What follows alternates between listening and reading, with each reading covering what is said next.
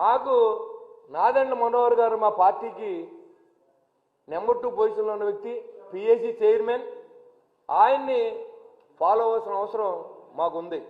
ఎందుకంటే మా పార్టీ కష్టాల్లో ఉన్నప్పుడు మంచి ప్లానింగ్ చేసి గ్రౌండ్ వర్క్ లెవెల్లో వర్క్నంతా కూడా ఆయన భుజస్కంధాల మీద వేసుకున్నటువంటి మరి నాదెండ్ల మనోహర్ గారి గురించి బియ్యం దొంగని మాట్లాడుతూ ఉన్నాం. నేను ఒకటే తెలియజేస్తా ఉన్నా, బియ్యం దొంగలంతా మీ పార్టీలో ఉన్నారు. చంద్రశేఖర్ రెడ్డి కానీ, రంగనాథ్ రాజు కానీ, లేకపోతే పేరు నాని కానీ, వీళ్ళందరూ అధికారాన్ని అడ్డం పెట్టుకొని మీరు విచారించుకోండి. కావాలంటే వెస్ట్ గోదావరి జిల్లాలో ఎన్ని గొడవలు ఉన్నాయి, గొడవలు ఎంత ట్రాన్స్పోర్ట్ ఛార్జెస్ ఇచ్చారు, రైస్ మిల్లర్ దగ్గర నుంచి ఎన్ని గ్రాముల రైస్ మీరు ఎక్స్ట్రా తీసుకున్నారో కూడా మీరు విచారణ చేసుకోవాల్సిందిగా నేను ఛాలెంజ్ ఇస్తూ ఉన్నా.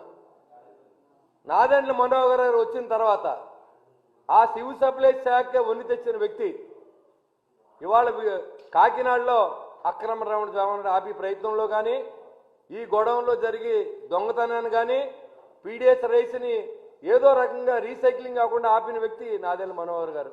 అందుకని ఆయన బియ్యం దొంగని పిలుస్తూ ఉన్నాడు. నేను ఒకటి అడుగుతున్నా, నువ్వు మంత్రిగా చేశావు, నీటిపారుదల మంత్రిగా చేసి క్యూసెక్కి అర్థం తెలియదంట, డైఫర్వాల్ అంటే అర్థం తెలియదంట. అట్లీస్ట్ గుంటూరు జిల్లాలో పంటకాలలో సిల్ట్ తీయించావని అడుగుతా ఉన్నా.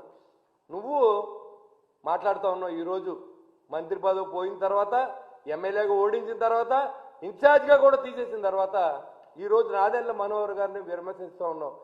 డిబేట్కి రండి, మనోహర్ గారు మేము మాట్లాడతాం, మీరు కూడా రావచ్చు, అసెంబ్లీలో కూర్చుందాం, మేం చేసిన అక్రమాలు ఉంటే సభలో తేల్చుకుందాం రండి. సభకు వస్తే ప్రతిరోజు మాట్లాడిన దాంట్లో వైసీపీకి అక్రమాలే ఉన్నాయి. పురపాలక సంఘాలు నిర్వీర్యం చేశావు. పల్లెటూరులో ఎక్కడా కూడా ప్రజలకు కనీస సౌకర్యాలు కల్పించినటువంటి దుర్మార్గ ప్రభుత్వం వైసీపీ ప్రభుత్వం.